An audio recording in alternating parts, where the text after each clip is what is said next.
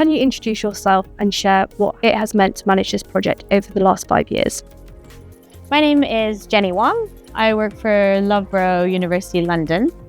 My role in the project has been to basically bring together the management aspects, the communication, and the relationship pieces around Sport Against Stigma.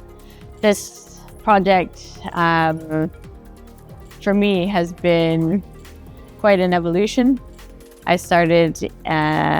first found out about the project when I came back from maternity leave in 2019. It landed on my desk and I said, wow, this is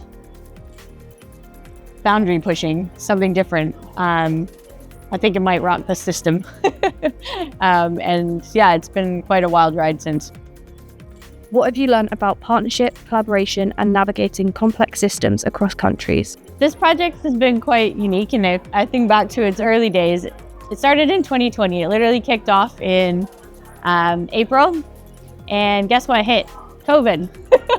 So the whole startup of the project, what should have been, would have traditionally been fly down to a country, bring stakeholders together, learn about the environment.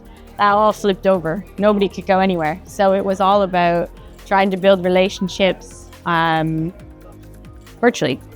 So we were onboarding people using WhatsApp and Teams, and that's kind of gone through and carried through, I think, to strengthen the relationships we have through the project. I think that's also been probably one of the best features of the project as well, because it meant that we needed to decentralize very early.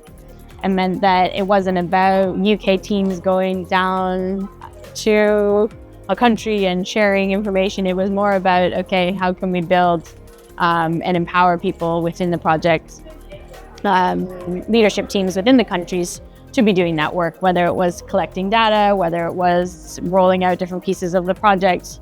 I think for me, I didn't even go to Malawi until, the end of 24? So that's like quite a long time. But it wasn't, I can't say that the relationships built suffered in any way. It was more about, there was so much trust and so much engagement that the project functioned, and it didn't need to be like a traditional project, I guess. What are you most proud of, or what moment will stay with you?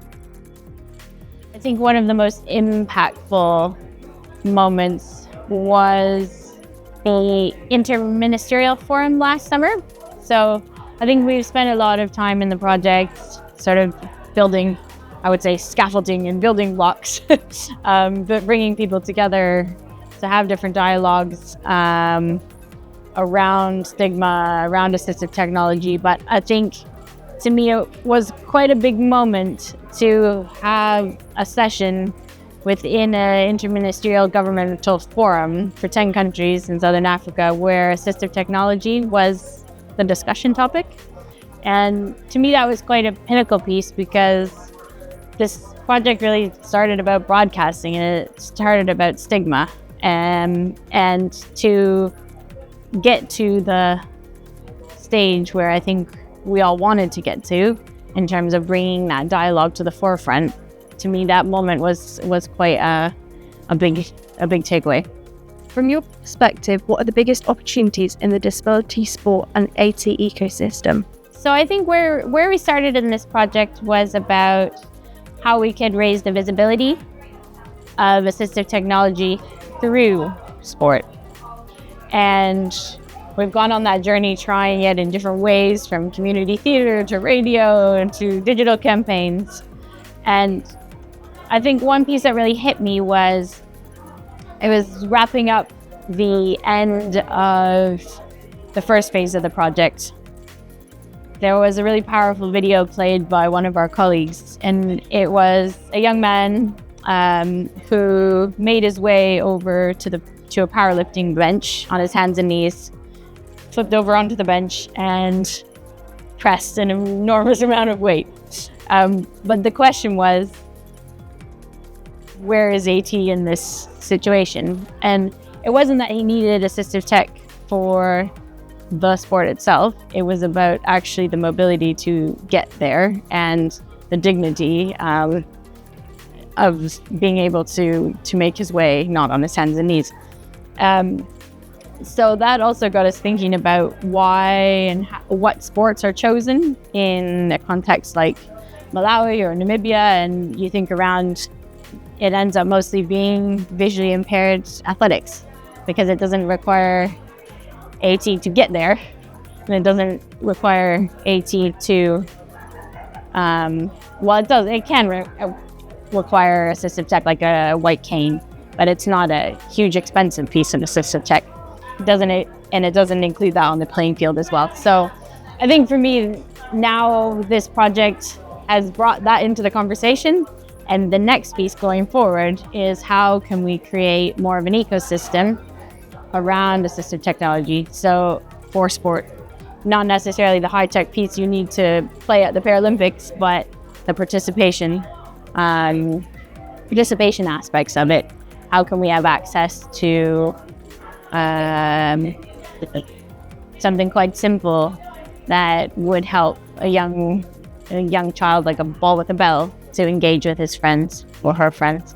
So it's bringing it down from what is high performance and very expensive to how can we innovate and think about the ecosystem around assistive technology for participation, for health, for recreation. What needs to happen next to sustain and build on the momentum of this work? So to keep what we've been working on for the past 6 years and continue building the momentum, I think of it like we planted a seed. It's got roots now, the tree is coming up, but it's now starting to branch in different directions. And I don't think we can hold, nor do we want to hold, every single branch, but I think they do need to keep being, the tree needs to be keep being nurtured in order to keep growing. So the things to me would be partnerships, strong relationships, funding that makes sense. So I think what has been a real important piece of this project has been the long-term funding and the flexibility within the way the funding has been given, because it's under the umbrella of research and innovation. It's allowed us to have activities alongside the research, where often it's either a project just for activities or it's a project just about research. And I think more of this type of funding, long-term funding, would help for sure.